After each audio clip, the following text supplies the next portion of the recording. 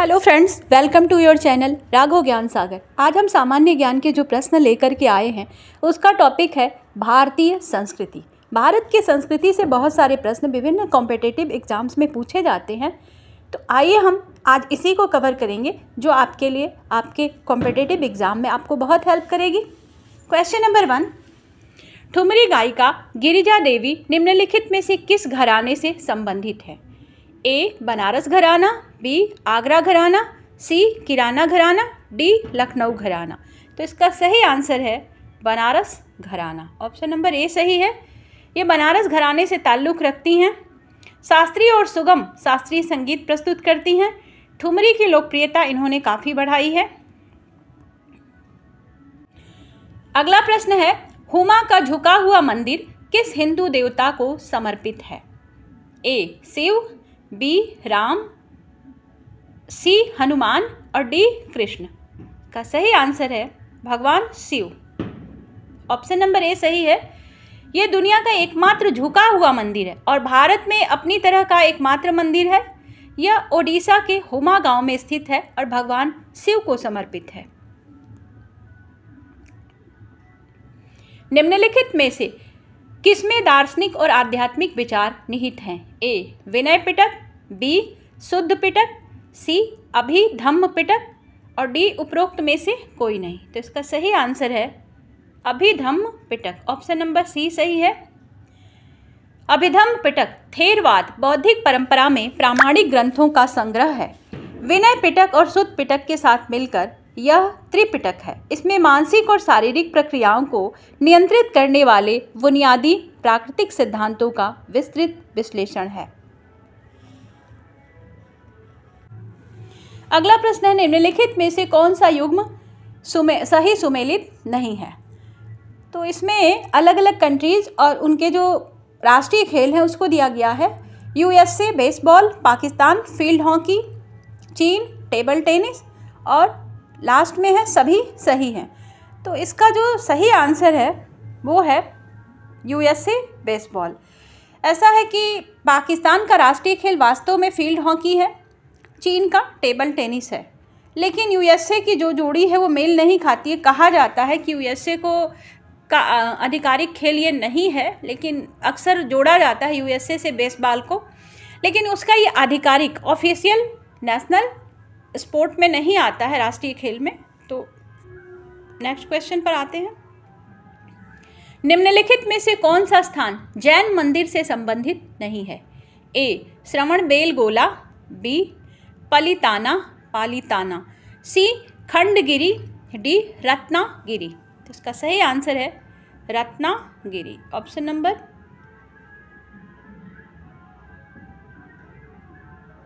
D सही है, रत्नागिरी। इसका जो इंग्लिश में हो गया इसको हिंदी में कर, हाँ इसका सही आंसर था रत्नागिरी। हिंदी में हो गया ये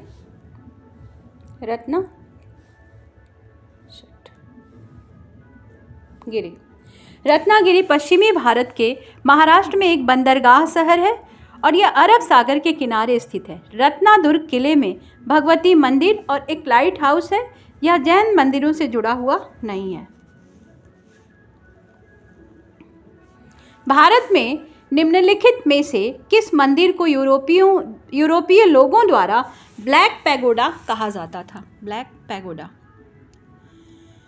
तिरुमाला तिरुपति आंध्र प्रदेश, बी कामाख्या मंदिर असम, सी कोणार्क मंदिर उड़ीसा, डी जगन्नाथ मंदिर उड़ीसा। तो इसका सही आंसर है कोणार्क का सूर्य मंदिर उड़ीसा। ऑप्शन नंबर सी सही है। कोणार्क सूर्य मंदिर उड़ीसा को यूरोपीय लोगों द्वारा ब्लैक पैगोडा कहा जाता था। इस मंदिर का निर्माण पूर्वी गंगा राजवंश के राजा नरसिंह देव प्रथम ने 1250 ईस्वी में कराया था। अग्नि मंदिर डैश के लिए पूजा का स्थान है? ए सिख, बी पारसी, सी बौद्ध और डी सिंटो। तो इसका सही आंसर है पारसी लोगों के लिए। पारसी धर्म में अग्नि मंदिर पारसियों के लिए पूजा स्थल है, जिसे अक्सर दर ए मेहर या अगियारी कहा जाता है। पारसी धर्म में अग्नि और स्वच्छ जल अनुष्ठानिक शुद्धता के कारक हैं। कैथोलिक चर्च द्वारा संत घोषित किए जाने वाले भारतीय समूह के पहले व्यक्ति कौन थे? A. Mother Teresa, B. Saint Alphonsa, C. Saint Paulina, D. Gemma Galgani. इसका सही आंसर है Saint Alphonsa. Option number B सही है। संत अल्फोंसा जो हैं 2008 में कैथोलिक चर्च द्वारा संत घोषित किए जाने वाली भारतीय मूल की पहली व्यक्ति बनी। वह अपनी कठोर तपस्या और आध्यात्मिक पीड़ा के लिए जानी जाती थी। 2009 में भारत सरकार ने उनकी याद में एक स्मारक सिक्का जारी किया था, जिसमें भारतीय ईसाई इतिहास में उनके महत्व और योगदान पर प्रकाश डाला गया था। यह 16वीं सदी के शहीद गोंसालो गार्सिया के बाद संत की उपाधि पाने वाली दूसरी भारतीय हैं, जिन्हें 1862 में संत घोषित किया गया था। अहिराई मध्य प्रदेश की किस जनजाति का पारंपरिक लोक नृत्य है? ए. भारिया जनजाति, बी. सहरिया जनजाति, सी. बैगा जनजाति, डी. भील जनजाति। इसका सही आंसर है भारिया जनजाति। ऑप्शन नंबर ए सही है, भारिया जनजाति। मध्य प्रदेश की भारिया जनजाति के प्रमुख पारंपरिक लोक नृत्य हैं भारम, सेटल, सैला और अहिराई। भारिया जनजाति का सबसे लोकप्रिय नृत्य विवाह के अवसर पर किया जाता है। अगला प्रश्न है, परीखंडा राजपूतों द्वारा बनाई गई एक मार्शल आर्ट है। यह कला भारत के किस राज्य में सबसे अधिक प्रचलित है? ए. राजस्थान, बी. हिमाचल प्रदेश, सी. उत्तर प्रदेश, डी. बिहार। इसका सही आंसर है बिहार। ऑप्शन नंबर डी सही है। परीखंडा राजपूतों द्वारा बनाई गई एक युद्ध शैली है और आज भी बिहार के कई हिस्सों में इसका प्रचलन है। परी का मतलब है ढाल और खंडा का मतलब है तलवार। भारत की संस्कृति और परंपरा के संदर्भ में कायोत्सर्ग क्या है? ए. ध्यान तकनीक, बी. मार्शल आर्ट, सी.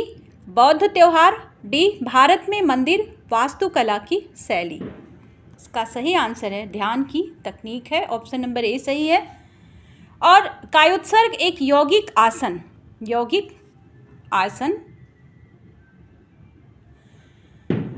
या ध्यान की तकनीक है जो जैन ध्यान का एक महत्वपूर्ण हिस्सा है। कायोत्सर्ग का अर्थ है अपने शारीरिक आराम और शरीर की हरकतों को त्यागना, इस प्रकार स्थिर रहना, चाहे खड़े होकर या किसी अन्य मुद्रा में, और आत्मा की सच्ची प्रकृति पर ध्यान केंद्रित करना है। नेक्स्ट क्वेश्चन, निम्नलिखित में से किसे भारत का प्लास्टिक मैन कहा जाता है? A. Deepak Pental, B. Rajagopalan Vasudevan, C. Praphulla Samantara, D. Bhagat Puran Singh. इसका सही आंसर है Rajagopalan Vasudevan. Option number B सही है। मदुरै के त्यागराज कॉलेज ऑफ इंजीनियरिंग में रसायन विज्ञान के प्रोफेसर राजगोपालन वासुदेवन को भारत के प्लास्टिक मैन के रूप में जाना जाता है। उन्होंने प्लास्टिक कचरे के विवेकपूर्ण उपयोग और पुनः उपयोग की खोज की। मिस्टर गोल्डन ग्रेन किस प्रसिद्ध भारतीय वैज्ञानिक की जीवनी है? A. Doctor Sanjay Rajaram, B. Doctor Modadugu Vijay Gupta, C. Doctor Verghese Kurien, D. Professor MS Swaminathan. इसका सही आंसर है doctor Sanjay Rajaram. Option number A सही है। मिस्टर गोल्डन ग्रेन गेहूं वैज्ञानिक डॉक्टर संजय राजाराम की जीवनी है। वे रोग प्रतिरोधी गेहूं की 480 किस्में विकसित करने के लिए जाने जाते हैं। वे 2014 के विश्व खाद्य पुरस्कार के प्राप्तकर्ता हैं। बंगाली में उपन्यास पाथेर दबी किसने लिखा था? ए. शरत चंद्र चट्टोपाध्याय, बी. काजी नजरुल इस्लाम, सी. बंकिम चंद्र, डी. रविंद्रनाथ टैगोर। इसका सही आंसर है शरत Chandra Chattopadhyay. Option number A सही है। शरत चंद्र चट्टोपाध्याय ने बंगाल में पाथेर दबी उपन्यास लिखा। इस पर अंग्रेजों ने प्रतिबंध लगा दिया था क्योंकि यह एक विद्रोही किताब थी जिसने भारतीयों के दिलों में अंग्रेजों के प्रति गुस्सा जगाया था। अगला प्रश्न है, उपनिषदों की सर्वोत्तम भाषा क्या है? ये हिंदुओं की धार्मिक पुस्तकें हैं। बी, प्राचीन हिंदू कानूनों से संबंधित पुस्तकें हैं। सी, मनुष्य के सामाजिक व्यवहार पर पुस्तकें हैं। डी, ये भगवान से की गई प्रार्थनाएं हैं। तो इसका सही आंसर है ये हिंदुओं की धार्मिक पुस्तकें हैं। ऑप्शन नंबर ए सही है। उपनिषद धार्मिक और दार्शनिक प्रकृति के ग्रंथों का संग्रह है। ये संभवतः भारत में 800 ईसा पूर्व और 500 ईसा पूर्व के बीच लिखे गए थे। उपनिषदों की शिक्षाएं 4 प्राथमिक आध्यात्मिक विषयों के इर्द गिर्द घूमती है। पहला, सबसे महत्वपूर्ण यह एहसास है कि परम, निराकार और अकल्पनीय ब्रह्म आत्मा के समान ही है जो हमारी आंतरिक आत्मा है। बृहदारण्यक उपनिषद प्रमुख उपनिषदों में से एक है और हिंदू धर्म के सबसे पुराने उपनिषद ग्रंथों में से एक है। रामानुज आचार्य ने निम्नलिखित में से किस मार्ग पर बल दिया? ए, भक्ति, बी, मोक्ष, सी, धर्म, डी, इनमें से कोई नहीं। तो इसका सही आंसर है भक्ति। ऑप्शन नंबर ए सही है। रामानुज एक भारतीय धर्मशास्त्री, दार्शनिक और हिंदू धर्म के भीतर श्री वैष्णव परंपरा के सबसे महत्वपूर्ण प्रतिपादकों में से एक थे। भक्तिवाद के लिए उनके दार्शनिक आधार भक्ति आंदोलन के लिए प्रभावशाली थे। निम्नलिखित में से कौन सा सिद्धांत सर जेसी बोस ने सिद्ध किया था? जगदीश चंद्र बसु की बात हो रही है। ए, पौधों में संवेदनशीलता। बी, पौधों में वर्णक। सी, पौधों में वृद्धि। डी, पौधों और जानवरों के बीच संबंध। तो इसका सही आंसर है पौधों में संवेदनशीलता। ऑप्शन नंबर ए सही है। सर जगदीश चंद्र बोस उन सबसे प्रमुख भारतीय वैज्ञानिकों में से एक हैं जिन्होंने प्रयोग के जरिए साबित किया कि जानवरों और पौधों में बहुत कुछ समानता है। उन्होंने दिखाया कि पौधे भी गर्मी, ठंड, रोशनी और शोर, कई अन्य बाहरी उत्तेजनाओं के प्रति संवेदनशील होते हैं। फ्रेंड्स, ये जगदीश चंद्र बसु नोबेल पुरस्कार विजेता भी हैं।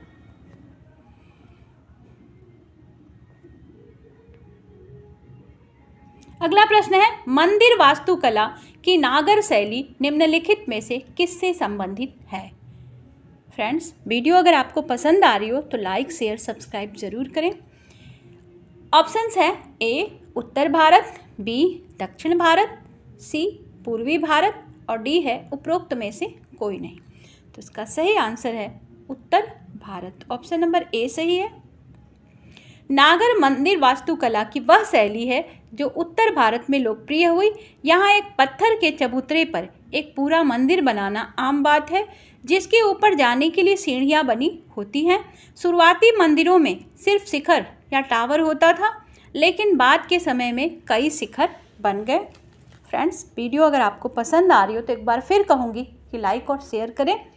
मिलते हैं नेक्स्ट वीडियो में, तब तक के लिए good bye. Thank you for watching.